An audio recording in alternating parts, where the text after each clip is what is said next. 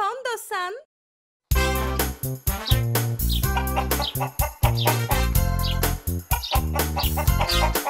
Il était une fois.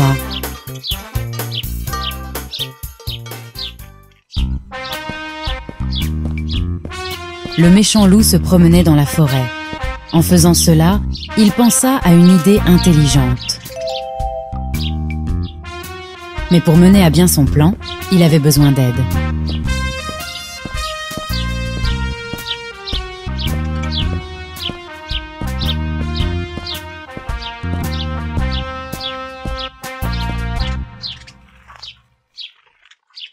Styliste! Hé! Hé! Styliste! Où es-tu?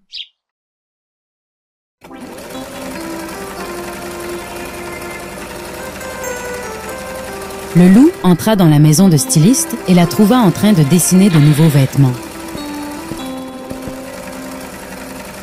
Tu peux faire un costume de poule pour moi. Un manteau avec des plumes de poule? Ou un chapeau avec un peigne? Non! Non, non, non! Non! Un costume de poule! J'en ai besoin pour une fête à laquelle j'assiste. Styliste la chèvre devint suspicieuse quant à la demande du loup. Je n'ai rien entendu à propos d'une fête. Où sera-t-elle? Ça sera en ville. Mais c'est seulement pour les loups. Oh, ok, je vais faire de mon mieux alors. Styliste la chèvre travailla jour et nuit, collectant des plumes de poulet dans le poulailler.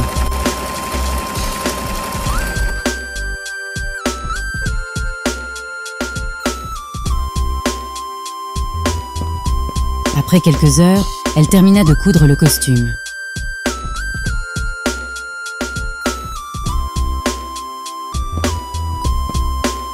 Waouh! C'est vraiment magnifique! Je ressemble à une poule!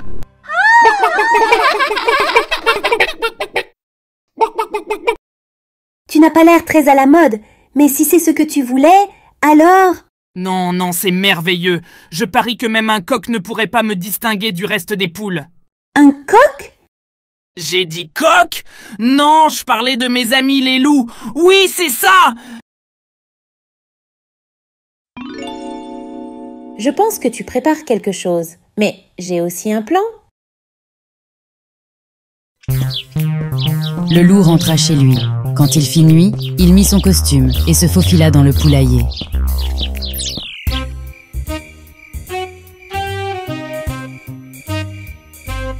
Il allait tromper les poules et voler leurs œufs.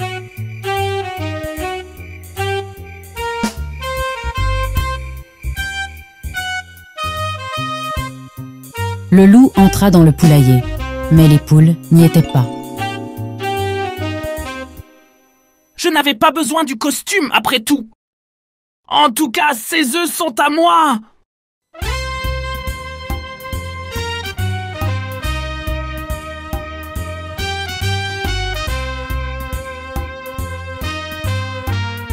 Que faites-vous, mademoiselle Poule?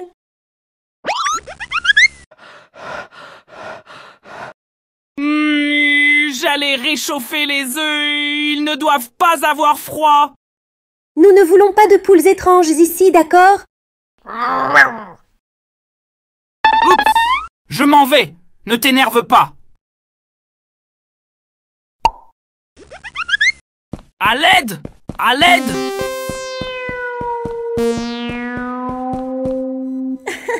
Loup stupide? Tu pensais que tu pourrais me tromper? C'est ça! Cours! Cours!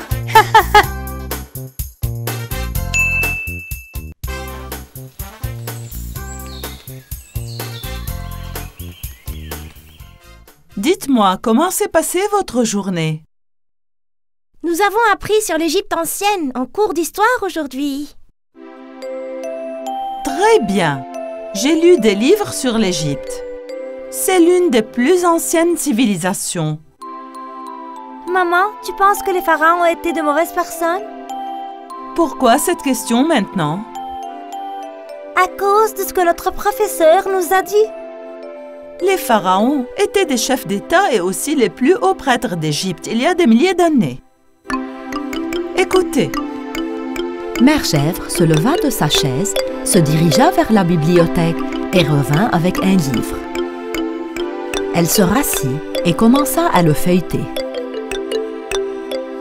Voilà, j'ai trouvé. Voyons qui étaient les pharaons. Le premier pharaon a vécu il y a environ 3000 ans. Le système pharaonique se transmettait de père en fils. Les pharaons ne traitaient pas bien leur peuple. Il y avait beaucoup de pauvres. La vie n'était pas trop facile dans ce temps-là. Beaucoup de mystères entourent encore les pyramides. Par exemple, pour faire peur aux autres, certains des pharaons portaient des masques étranges. Quand ce fut l'heure de se coucher, les petites chèvres s'endormirent tout de suite. Elles rêvèrent toutes deux choses qu'elles avaient lues. À ce moment-là, la pièce se mit à briller. La lumière venait de l'extérieur et elle était si vive qu'elle a réveillé les petites chèvres. Oui, mes yeux! Les petites chèvres ouvrirent la fenêtre pour découvrir d'où venait la lumière.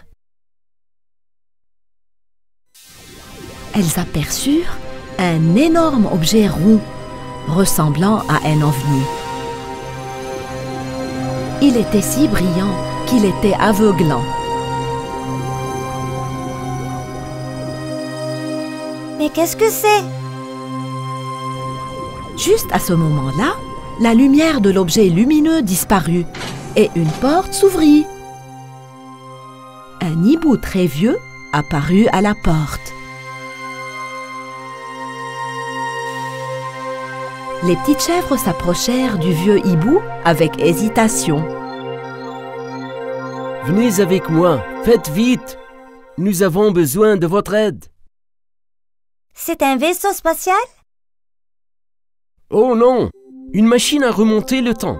Je viens de milliers d'années en arrière. Je suis ici pour vous ramener dans le temps. Vous seul pouvez nous sauver du méchant pharaon. Vous me comprenez? T'as dit nous? Mais que pouvons-nous faire? Mes chers, vous avez vaincu le méchant loup ici. Vous pouvez sûrement faire de même pour nous là-bas. Les petites chèvres se regardèrent les unes les autres. Elles ne savaient pas quoi faire. Le vieux hibou avait l'air impuissant, alors elles eurent pitié de lui. Nous devons l'aider alors. Les petites chèvres entrèrent dans la machine à remonter le temps. La machine s'illumina à nouveau et puis elle disparut.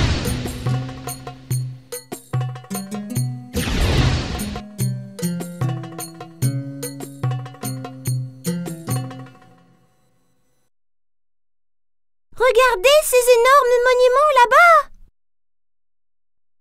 Les pyramides! Très bien les enfants.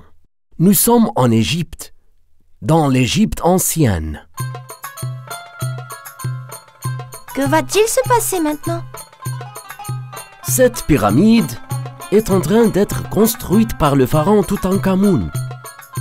Il se concentre sur la construction de la plus grande pyramide du monde qu'il a ignoré la souffrance de son peuple. Les gens meurent de faim et endurent la pauvreté et les maladies. Quelqu'un doit mettre un terme à cela. Le pharaon a perdu la tête. Il vaut mieux le chasser du pays totalement. Nous devons planifier quelque chose. Les petites chèvres se blottissaient et chuchotaient. Oui, ce sera comme dans les livres que nous avons lus. Le vieux hibou était curieux et voulait savoir de quoi elle parlait. Tout le monde a compris son rôle? Oui, je pense que ce sera comme dans les livres que nous avons lus à l'école. Une fois que le vieux hibou leur apporta les matériaux dont ils avaient besoin, ils se dirigèrent vers le palais de Toutankhamon. À l'extérieur du palais, une petite chèvre grimpa sur les épaules d'une autre, tandis que les autres les enveloppèrent de bandages.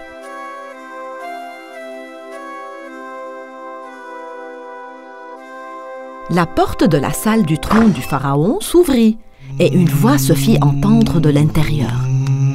C'est quoi ce bruit? Qu'est-ce qui se passe? Qui ose me déranger?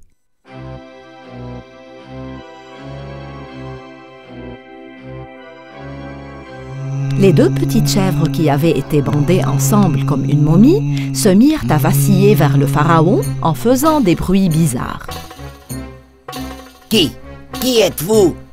Garde! À l'aide! Garde! Une des petites chèvres appuya sur le bouton du lecteur de musique. C'est alors que l'on entendit une voix ressemblant à celle du père du pharaon. Le pharaon ne savait pas quoi faire et avait très peur. Papa! Mais c'est impossible! Papa, pardonne-moi s'il te plaît, je ne te défierai plus jamais! Vous pouvez lui donner une autre chance, monsieur. La momie des petites chèvres repartit en titubant dans le sens où elle était venue et disparut derrière la porte.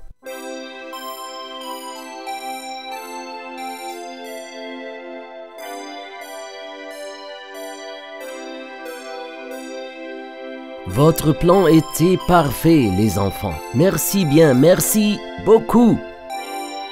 Allez, entrez pour que je puisse vous ramener.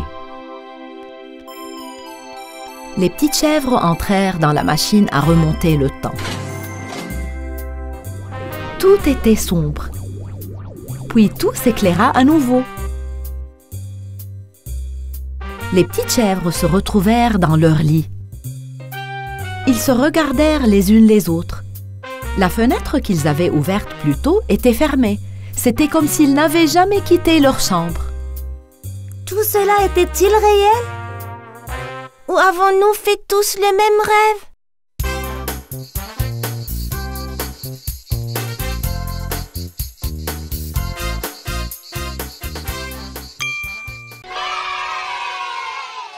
Kondo-san.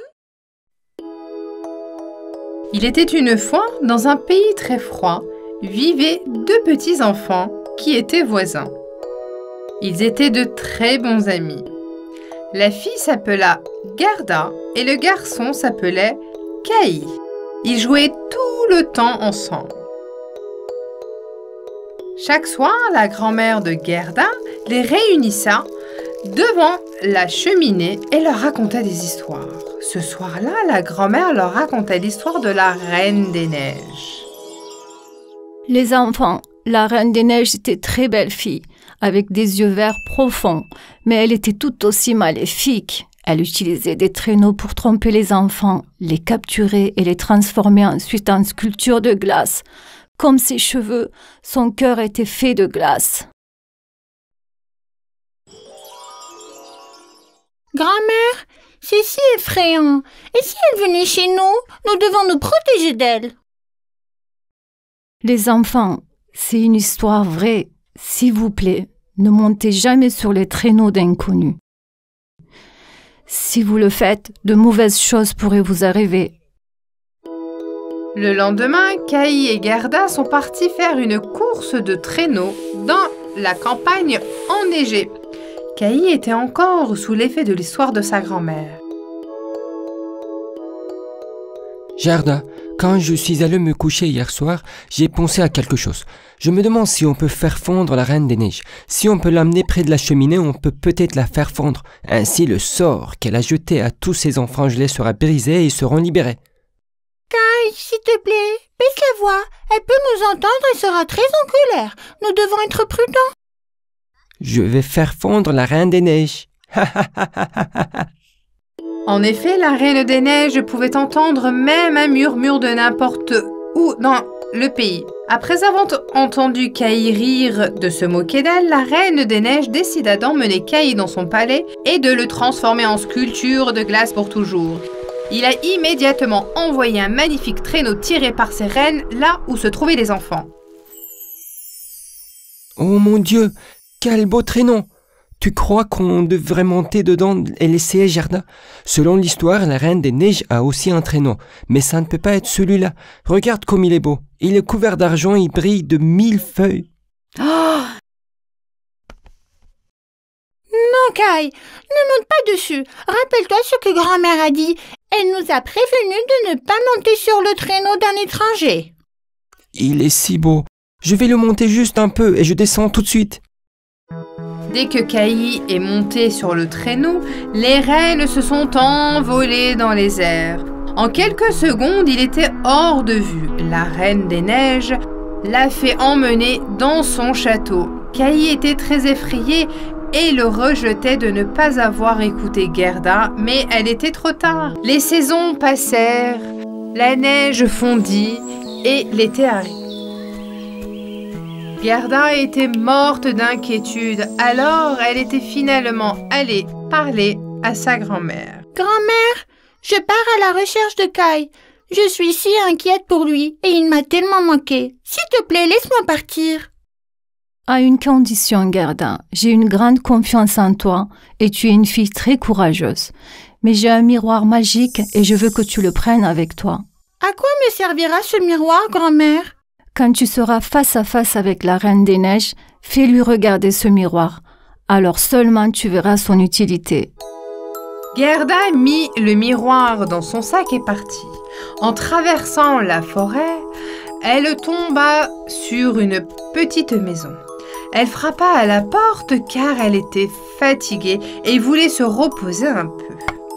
Une gentille vieille dame lui ouvrit la porte. En faisant, c'était une sorcière qui jetait toujours de bons sorts. Entre, ma belle, nous t'attendions. Je sais pourquoi tu es ici et je vais t'aider. Tu cherches ton meilleur ami Kai? Mon chat Coton te dira où il est. Vraiment?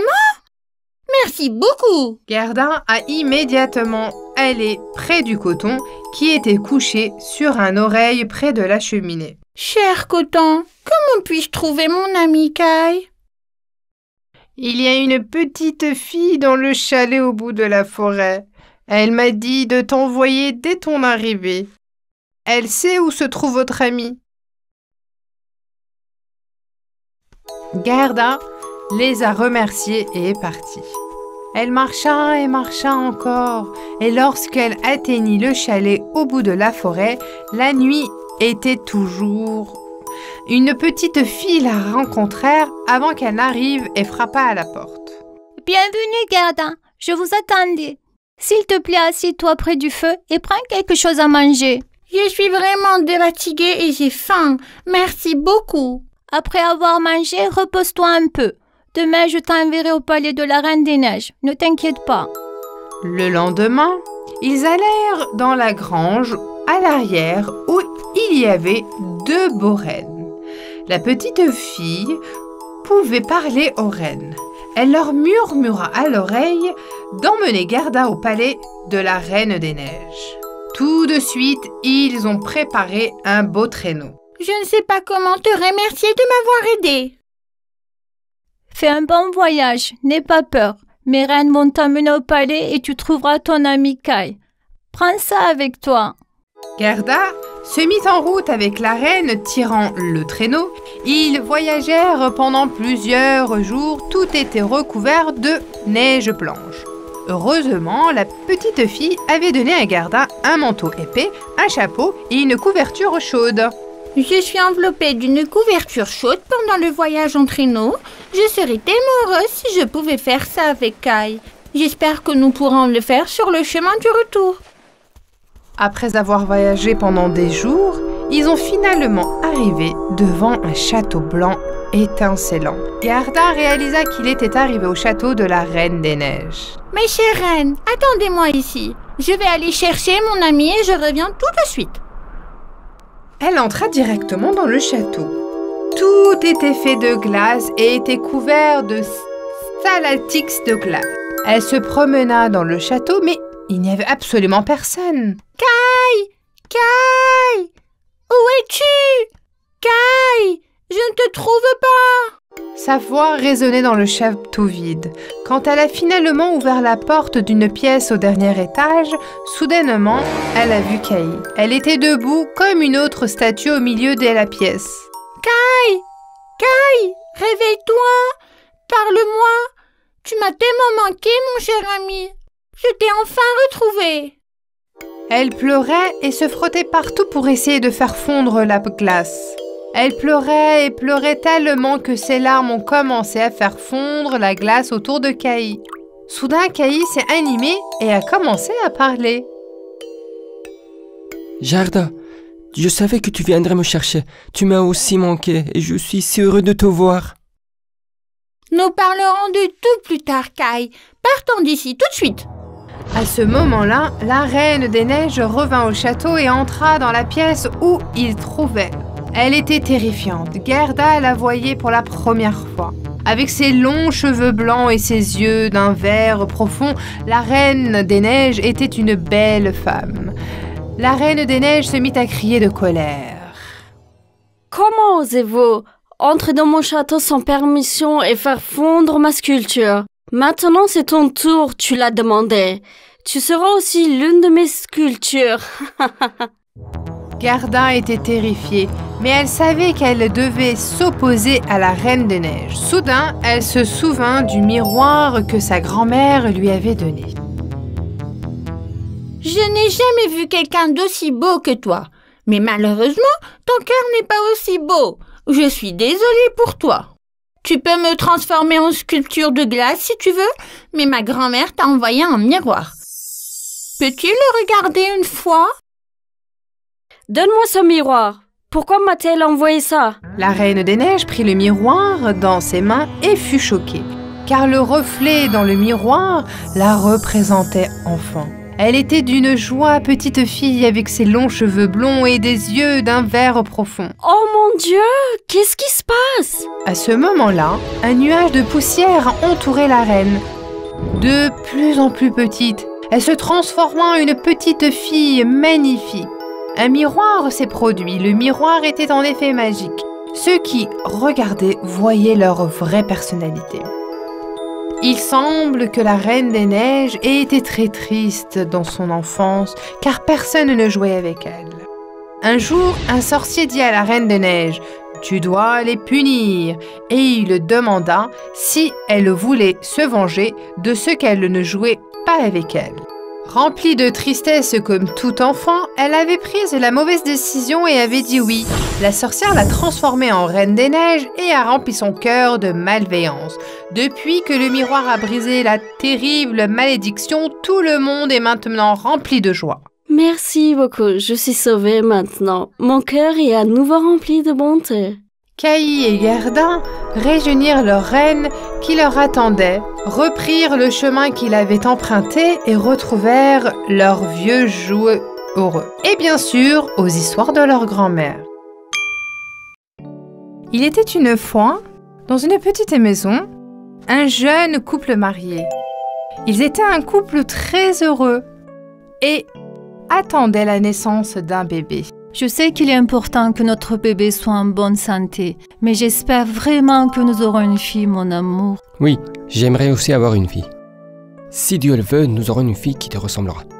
Le jour de la naissance se rapprocha. La jeune mère attendait avec impatience la naissance de son bébé. Chaque jour, la mère regarda par la fenêtre et par-dessus au mur pour admirer le jardin de son voisin rempli de fleurs et de fruits. Un jour, elle remarqua une plante à fleurs jaunes qu'elle n'avait jamais vue auparavant. Je me demande quel est le nom de cette plante. Elle sent merveilleusement bon. Je suis sûre qu'elle a aussi un goût incroyable. Il faut que je mange cette plante. Je vais aller directement chez ma voisine et lui demander. Sans perdre de temps, la jeune mère quitta la maison. Mais elle ne doutait pas que sa voisine d'à côté était une sorcière cruelle. Elle frappa à la porte sans de douter du danger qu'elle l'attendait.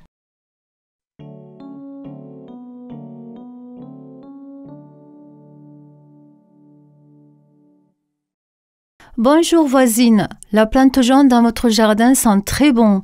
Je suis enceinte et j'en ai vraiment envie. Est-ce que c'est une plante mangeable ? Bien sûr, je peux vous en donner un peu. Elle a un goût incroyable et vraiment pour les humains. Alors, ce sera bon pour mon bébé aussi. Bien sûr, chère voisine, surtout vous pour les futures mamans, mais rappelez-vous parce que c'est très précieux, vous ne pouvez en prendre qu'un seul.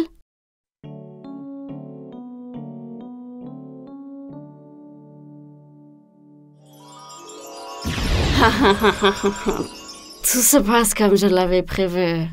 La jeune femme a fini de manger le morceau qu'elle avait pris dès qu'elle est rentrée chez elle, mais elle voulait en manger plus. Apporte-moi-en un plus. Si je ne mange pas, je ne pourrai pas avoir ce bébé. Ne t'inquiète pas, je ferai tout ce que je peux pour t'apporter plus de cette plante jaune. Comme la nuit tombait et qu'elle faisait sombre, le mari impuissant grimpa dans le grand mur et prit la plante que sa femme voulait. Cela a duré un certain temps. Chaque nuit, le jeune homme entra secrètement dans le jardin, mais elle était mal à l'aise à l'idée d'entrer dans le jardin de ses voisines sans permission. La méchante sorcière avait en effet fait pousser cette plante pour leur rendre un piège. Elle savait que sa voisine attendait un bébé et qu'elle aurait certainement envie de cette plante à cause de son odeur. Elle avait l'œil sur le bébé depuis longtemps. Elle allait prendre le bébé d'une manière ou d'une autre. Un soir, alors que l'homme entendait un nouveau dans le jardin, la sorcière l'a pris en flagrant délit. Elle avait maintenant l'apparence d'une sorcière. Elle était très laide et avait l'air extrêmement effrayant. Le pauvre homme était effrayé. Pardonnez-moi. Ma femme est enceinte et elle ne peut s'empêcher de manger cette plante. J'ai été contrainte de le faire parce que vous avez dit qu'elle ne pouvait qu'en prendre qu'une. Je sais que c'est mal. Mais si elle ne la mange pas, j'ai peur que ma femme meure. Je suis dans une situation très difficile. J'accepte vos excuses avec une seule condition. Vous devez me donner le bébé qui va naître, sinon je vous détruirai tous. L'homme dut accepter cette condition. Quand le moment de la naissance arriva, une belle petite fille naquit. La sorcière se rendit immédiatement dans leur maison. Son nom sera Réponse. Vous l'élèverez jusqu'à ce qu'il ait 1 an. Dans 1 an exactement, je viendrai vous la prendre. Le couple impuissant accepta.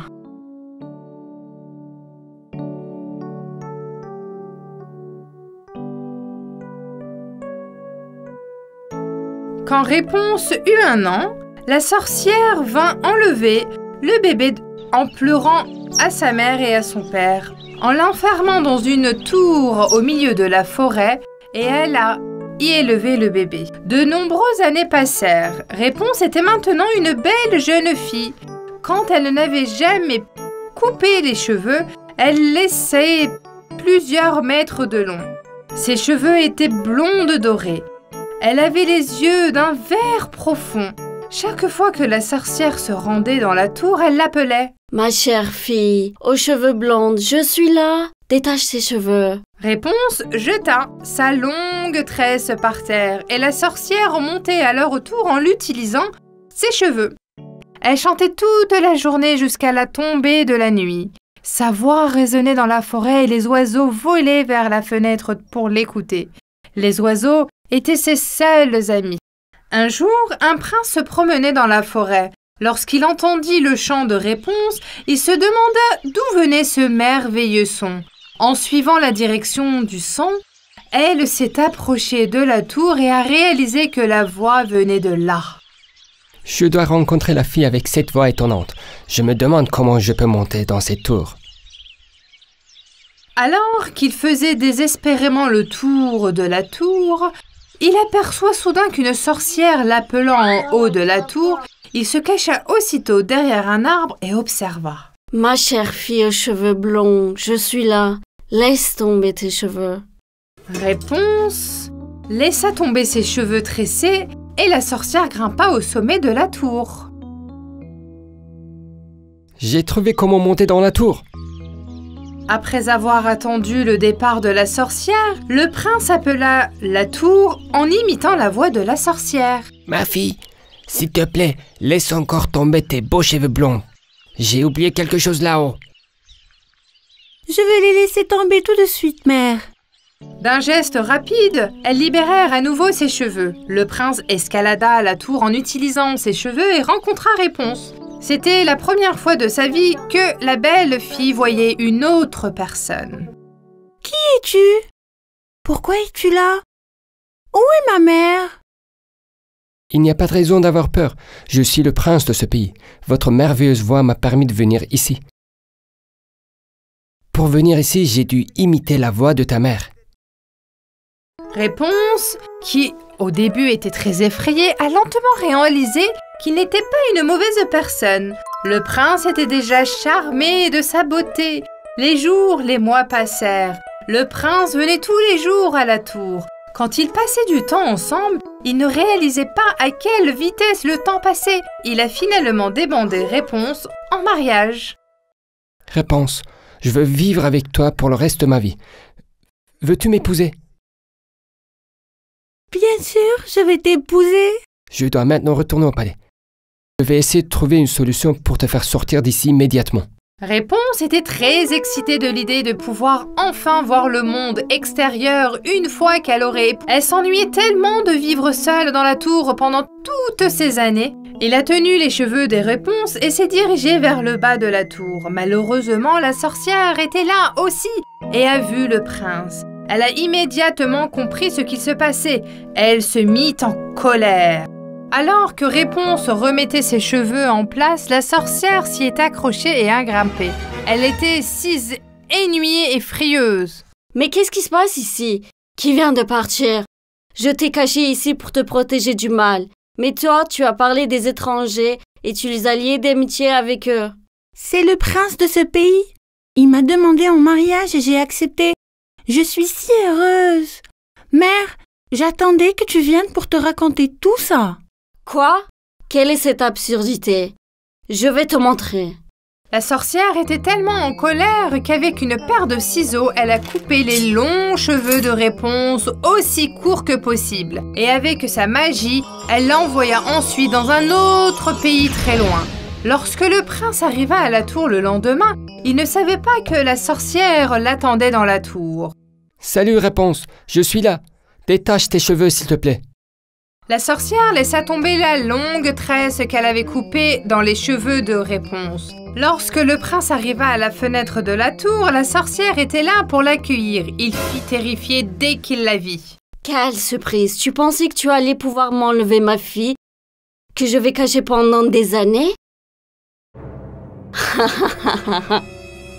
Lorsque la sorcière lâcha la tresse, le prince terrifié se retrouva sur le sol. Il tomba sur les buissons, mais comme il s'était coigné la tête, il était aveugle. Réponse était toujours présente dans l'esprit du prince. Alors, monté sur son cheval, il la chercha partout.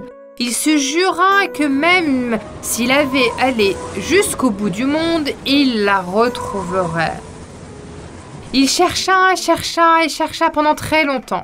Enfin, un jour, il entendit une chanson. La voix lui était familière. C'est la voix de Réponse. Je l'ai enfin trouvée. Galopant sur son cheval, il se dirigea droit vers la douce voix. Il arriva à la porte de la maison où se trouva Réponse. Réponse, je suis là. Ouvre la porte. Je n'arrive pas à y croire. C'est vraiment toi?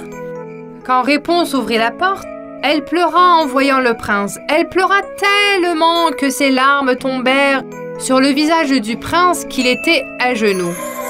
Ces larmes étaient des larmes de joie miraculeuse. Soudain, le prince aveugle ouvre les yeux. Ils se sont embrassés avec joie et ont célébré ce miracle. Ils retournent au palais et commencent à préparer le mariage.